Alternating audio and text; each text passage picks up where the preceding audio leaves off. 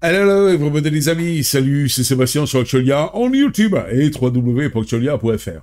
Aujourd'hui sur la chaîne Actualia Tech, donc on était des potos comme ça et tout, souvent entre potos, on va donc se boire un verre et tout, et on est plus ou moins geek, il y en a qui sont plus geeks que d'autres, et de temps en temps on parle comme ça d'informatique, d'OS qu'on utilise et tout, etc. Et il y a un des potos qui me dit « Seb, alors qu'est-ce que tu utilises ces temps-ci comme OS ?» Alors je dis « Ouais, moi je suis un peu multi-OS et tout ça, mais j'utilise actuellement un petit peu macOS et Chrome OS, plus trop Windows, et beaucoup Linux. » Et alors il m'a posé la question « Ben Seb, c'est bizarre, parce que pourquoi les gens préfèrent payer Windows ou macOS plutôt que d'utiliser Linux, qui est gratuit ?» Et là je me suis dit... That is the question, effectivement. L'idée que Linux, un système d'exploitation libre et gratuit, pourrait rivaliser avec des solutions payantes, comme Windows ou macOS, semble séduisante quand même, enfin moi je pense. Pourtant, beaucoup de personnes choisissent de débourser des sous-sous, voire même des centaines, des milliers d'euros pour ces alternatives. Quand je dis milliers d'euros, c'est parce qu'Apple n'est pas dissocié, enfin macOS n'est pas dissocié des machines. Quand vous achetez macOS, vous achetez l'OS, soit, qui est censé être gratuit, mais qui est dépendante d'une machine qui, elle, est loin d'être gratuite et qui est même très chère. Mais pourquoi donc ces gens sont prêts à payer autant pendant que Linux est gratuit? Cela tient à une combinaison de facteurs techniques, culturels, mais aussi pratiques. Explorons ces raisons, si vous le voulez bien, en détail dans cette vidéo. Alors on va commencer par la facilité d'utilisation et l'habitude. Une interface utilisateur et une ergonomie de Windows et l'ergonomie de Windows et macOS ont investi des décennies dans le développement d'interfaces conviviales, intuitives, et homogènes, et surtout ont bercé notre enfance. Les systèmes sont conçus pour être accessibles au grand public, avec une courbe d'apprentissage réduite. Linux, bien qu'il ait fait des progrès significatifs, je dirais même d'énormes progrès, avec des environnements graphiques comme GNOME, KDE Plasma, ou des distributions vachement orientées grand public et donc débutants comme Ubuntu, Linux Mint, peut encore sembler déroutant malgré tout, notre ami Linux, pour les nouveaux venus. L'effet de familiarité. Windows est préinstallé sur la grande majorité des PC vendus dans le monde entier. Et macOS est exclusif, comme je disais tout à l'heure, aux ordinateurs Apple. Cette omniprésence fait que la plupart des utilisateurs grandissent en utilisant ces systèmes. Moi, le premier, quand j'étais petit, puis après je suis allé à l'école et tout ça, etc., eh bien, j'ai été baigné un petit peu dans macOS et beaucoup dans Windows. Les habitudes forgées dès le plus jeune âge rendent difficile la transition vers Linux, même si celui-ci est gratuit. Le support des logiciels et des jeux, la compatibilité logicielle. Les utilisateurs choisissent souvent leur système d'exploitation en fonction des logiciels qu'ils utilisent. Et forcément, quand vous avez les potos qui utilisent tel ou tel logiciel, ah oui, mais c'est où ça? Par exemple, c'est sur Windows, eh bien vous allez vouloir un ordinateur sur Windows pour utiliser les mêmes logiciels parce que vous les avez trouvés super chez le poteau ou dans la société dans laquelle vous travaillez, ou autre. Windows et macOS bénéficient d'un soutien massif de la part des éditeurs de logiciels. Oui, pourquoi?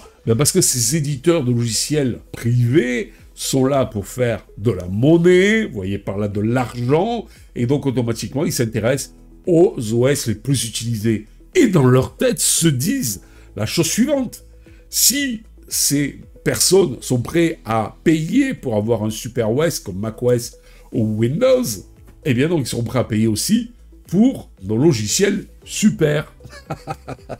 Microsoft Office, Adobe Creative Suite ou encore de nombreux outils professionnels ne sont pas toujours disponibles sur Linux, même en alternative, parce que forcément, ils risquent de ne pas être disponibles dans leur version native et tout, mais des fois, vous avez des forks, entre guillemets, voire des alternatives qui sont censées être crédibles et de concurrencer une grosse partie des fonctionnalités des logiciels existants, donc en fait, sur les autres plateformes. Vous voyez par là GIMP, donc VS Photoshop, vous voyez par là OnlyOffice ou LibreOffice VS le pack Office, etc., etc.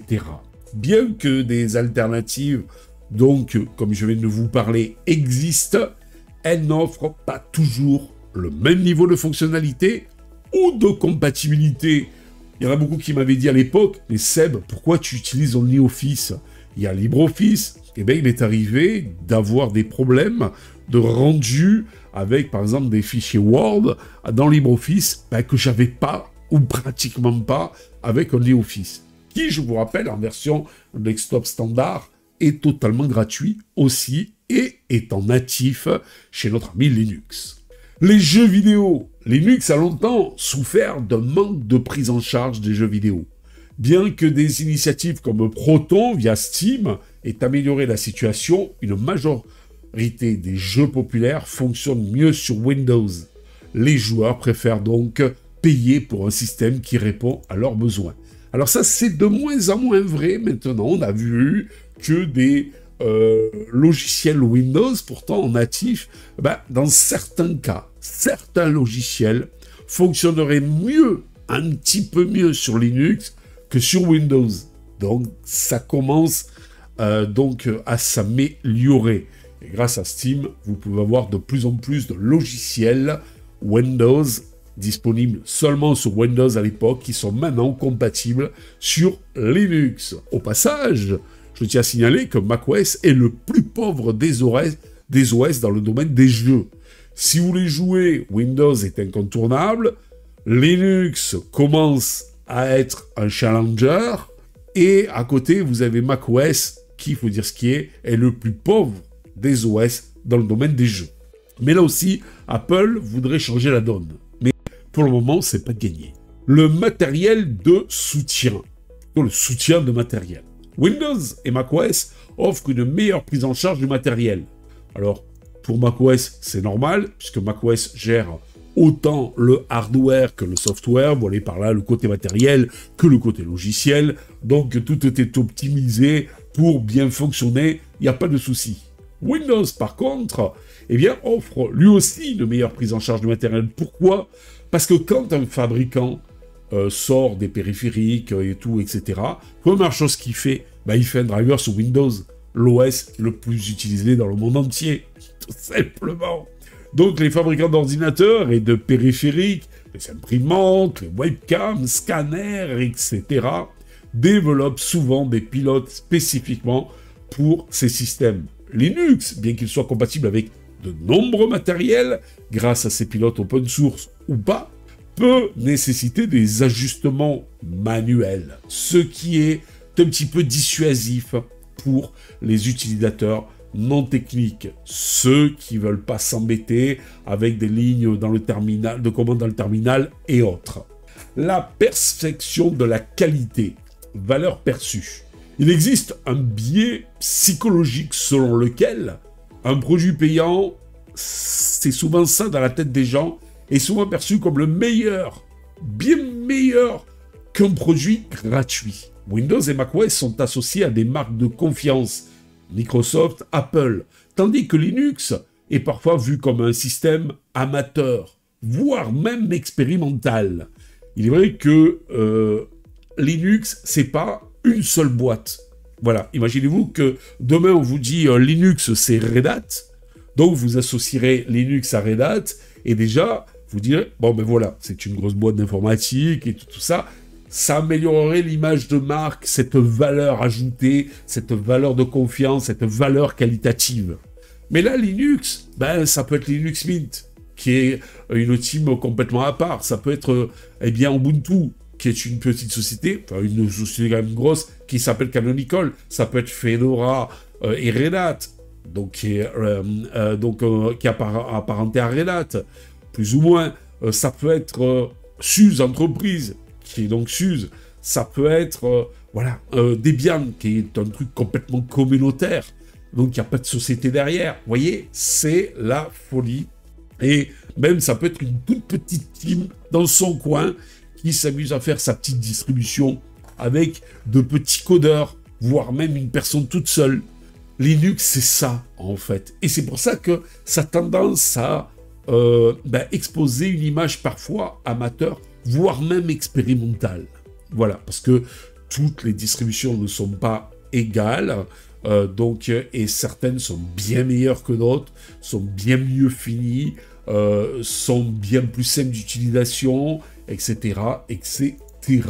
Support technique et garantie. Windows et macOS offrent des canaux officiels de support client. Apple, par exemple, est reconnu pour son service après-vente. En revanche, le support Linux repose souvent sur des forums communautaires, des recherches personnelles, ce qui peut sembler moins fiable pour un utilisateur moyen. Je ne parle pas bien sûr de Red Hat, qui a son propre système d'outline, très performant aussi, mais qui est orienté professionnel, où il faut payer. Quand vous avez une Red Hat, bien sûr, que vous êtes un professionnel, vous ne payez pas la distribution, mais vous payez le système d'aide et de hotline, de maintenance derrière. Voilà, tout simplement. Mais en tant qu'utilisateur moyen, chez Monsieur Linux, il n'y a qu'une seule solution, c'est tout simplement de passer par les forums, recherche personnelle sur Google, demander à des potos qui connaissent un peu plus que vous, etc., etc. Le rôle du marketing, on en avait déjà parlé d'ailleurs sur Actionia, du marketing et de Linux. Microsoft, faut dire, et Apple, qui sont deux grosses boîtes, investissent massivement et énormément dans le marketing, jusqu'à même avoir des pubs à la télé et autres, façonnant ainsi une image de fiabilité, d'innovation et de simplicité. Linux, quant à lui, en tant que projet plus ou moins communautaire, ne dispose pas de budget comparable pour promouvoir ses qualités. L'absence de campagne publicitaire se traduit par une méconnaissance du grand public de Linux et de ses avantages. Et ça aussi, c'est un gros problème avec le fait aussi que Microsoft Windows soit installé par défaut sur la majeure partie des PC. Quand vous êtes une personne lambda, vous allez acheter un PC, quand vous dit Powered by Windows, eh bien, on vous a dit qu'il est fait il est fait pour Windows, il est fait pour utiliser Windows. Il y a même, je crois que c'est sur Amazon, où quand vous achetez un PC, on vous met dans le descriptif, cet ordinateur est conçu pour être utilisé avec le système d'exploitation Windows, par exemple. Voilà. Ce qui fait que, pourquoi ils mettent ça? Parce qu'ils ne vous garantissent pas comme ça la compatibilité avec Linux. C'est à vous à voir, à vous renseigner un petit peu des composants qu'il y a à l'intérieur et est-ce qu'ils seront susceptibles d'être reconnus par Linux. Voilà, c'est la folie. Par exemple, si vous voulez avoir un truc 100%, enfin qui soit quand même pratiquement compatible 100% avec Linux, il vous faut prendre soit du full Intel, soit du full AMD. Si vous prenez du full Intel ou AMD, c'est-à-dire carte graphique, processeur, etc., et bien là, donc, normalement, vous avez beaucoup de chances que votre ordinateur fonctionne bien chez Monsieur Linux. Parce que les drivers sont en natif directement. Nvidia, c'est déjà un peu plus... On en a fait les déboires sur Actionia, avec mon gros PC. Nvidia, c'est déjà un peu plus délicat, parce que c'est des drivers propriétaires qui sont parfois pas trop bien gérés, ça dépend des distributions et tout, etc. Moi, je sais que sur mon gros PC, la distribution qui fait le mieux fonctionner mon Nvidia RTX 3060 Ti, c'est tout simplement Fedora. Voilà, Fedora GNOME. La fragmentation de Linux. Alors, certains vont vous dire que la fragmentation de Linux, c'est un gros avantage, c'est une force. Et d'autres vont vous dire effectivement que c'est aussi une faiblesse. Linux n'est pas un système d'exploitation unique. Quand on dit GNU Linux, eh bien donc c'est une famille de distributions, en passant par Ubuntu, Fedora, Debian, Arch Linux, Manjaro, etc., et j'en passe, OpenSUSE, etc., eh bien, chacune, donc, de toutes ces distributions, mais là, ça n'est que quelques-unes, dont je viens de vous citer, je crois qu'il y en a 300 ou 400 de distributions Linux, eh bien, chacune a ses spécificités, ses fonctionnalités, même voir ses orientations pour faire parfois des choses très spécifiques, comme par exemple faire du hacking, comme par exemple eh bien, faire du montage vidéo, du multimédia, voilà. Donc chacun a ses spécificités et ses qualités et ses défauts. Mais chacune des distributions n'est pas égale, parce que ça dépend si elle a une grosse team ou pas, ça dépend si elle est à jour ou pas, etc. etc.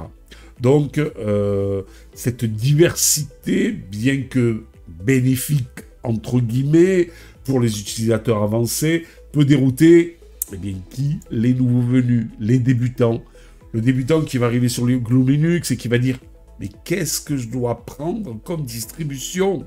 Ils ne savent pas, ces débutants, ils ne savent pas toujours par où commencer, ni quelle distribution choisir. L'écosystème fermé de macOS et Windows. Apple et Microsoft, donc ceux qui ont développé des écosystèmes intégrés, Apple pour macOS par exemple, eh bien fonctionnent de manière transparente avec les iPhones, iPad et autres produits Apple. Windows, lui, créé par M. Microsoft, offre une compatibilité étroite avec les outils Microsoft comme OneDrive, Office 365 et Xbox, et même les téléphones Android. Ces intégrations créent une expérience utilisateur fluide et renforcent la fidélité de l'écosystème. Oui, oui, oui, car vous avez le gros avantage, par exemple sur ces deux systèmes, de pouvoir interconnecter comme ça des périphériques et qui fonctionnent très bien, communiquent l'un avec l'autre. Et c'est la force de ces deux systèmes, autant d'un côté macOS que de l'autre côté Windows. Sur Linux, c'est déjà un petit peu plus compliqué. Vous avez aussi la peur de l'inconnu. Changer de système d'exploitation, surtout lorsqu'il implique des concepts techniques comme la ligne de commande dans Linux, ça peut être faire peur, peut-être intimidant. De nombreux utilisateurs craignent de perdre leurs données, d'être confrontés à des pannes ou simplement de ne pas savoir comment utiliser le système ou s'ils ont un problème, comment sortir de ce problème et de cette impasse. Voilà. Donc pour conclure cette vidéo, bien que Linux offre, c'est indéniable, des avantages avec sa gratuité, sa flexibilité, le respect de la vie privée, eh bien Windows et macOS dominent grâce à leur simplicité, leur compatibilité logicielle, leur technique de support et une perception de qualité renforcée par du marketing. Adopter Linux nécessite une volonté de sortir de ses sentiers battus et de s'investir un petit peu, d'investir du temps pour s'adapter à ce nouvel OS et accéder à la liberté et dans 99% à la gratuité de l'OS et de tous les logiciels qui tournent autour. Cependant, Linux continue malgré tout de croître, en particulier parmi les développeurs, les amateurs de technologie et ceux qui recherchent une alternative éthique et personnalisable. Le choix du système d'exploitation reste une question de besoin et de priorité, la facilité et le confort pour certains, la liberté et le contrôle pour d'autres. Linux est un excellent système d'exploitation et je peux vous dire que arrivé à ces temps où très incertains économiquement parlant dans notre beau pays la France, mais pas que la France, eh bien utiliser un OS qui va pas vous pousser forcément par de l'obsolescence programmée à changer de matériel, ben ça peut être sympa. Parce que franchement, moi je connais des gens qui sont sur GNU Linux avec des PC, je dirais qu'ils travaillent. Allez, moi j'ai un poteau, il travaille correctement, il fait toute sa bureautique, surfe sur Internet, de la retouche photo, du montage vidéo très léger, et il fait tout ça avec quoi? Avec un Intel i5 génération 4 et une petite carte graphique AMD. Voilà, tout simplement avec 16 Go de RAM, et ça suffit. Linux s'éclate. Il est sur Ubuntu, GNOME, et en plus GNOME. Et franchement, il est content, et il voit pas pourquoi, malgré son vieillissant processeur Intel i5 4e génération, il changerait sa machine pour le moment. Vous voyez? Mais s'il était sur Windows, pour avoir la nouvelle version, il faudrait qu'il change donc sa machine. Là, il est sur la version upgradable tous les 6 mois de Linux. Eh bien, il n'y a pas si longtemps que ça, il est passé donc à la dernière version. Eh bien, donc, tranquille, c'est passé les doigts dans le nez, il n'a pas eu de problème, on lui a pas dit, attention, monsieur, votre PC, maintenant, ne va pas pouvoir utiliser la nouvelle version de Linux et tout, etc. Voilà. Il n'y a pas besoin aussi de licence pour monsieur Linux, que ça soit donc automatiquement sur les logiciels, ou que ça soit sur le système, vous pouvez le distribuer, le donner aux copains, et tout, etc. C'est la liberté totale. Voilà, tout simplement. Sachez aussi que Linux, donc maintenant, a atteint les 4% de part de marché, et ça commence à faire plaisir. Il n'y a pas si longtemps que ça, 4%, c'était les parts de marché de Monsieur Apple. Donc, wait and see, l'avenir nous le dira, si Linux continuera à augmenter et sera de plus en plus apprécié par les utilisateurs actuels et les nouveaux utilisateurs qui sont vachement sensibilisés justement sur l'écologie et tout. C'est très écologique d'utiliser Linux parce que vous n'avez pas cette obsolescence programmée qui vous dira « jetez votre matériel les gars si vous voulez la nouvelle version de votre OS ». Tout simplement, j'espère que vous avez aimé cette petite vidéo. Je vous dis à ciao pour une prochaine vidéo. N'oubliez pas le pouce en l'air, n'oubliez pas de vous abonner. Tout ça pourquoi? C'est gratuit, mais nous, ça nous permet de nous encourager dans cette belle aventure multimédia. Ciao les amis, à une prochaine, bye bye. Si vous avez aimé cette vidéo, abonnez-vous, mettez un pouce en l'air, et partagez cette vidéo, merci, cela fait toujours plaisir.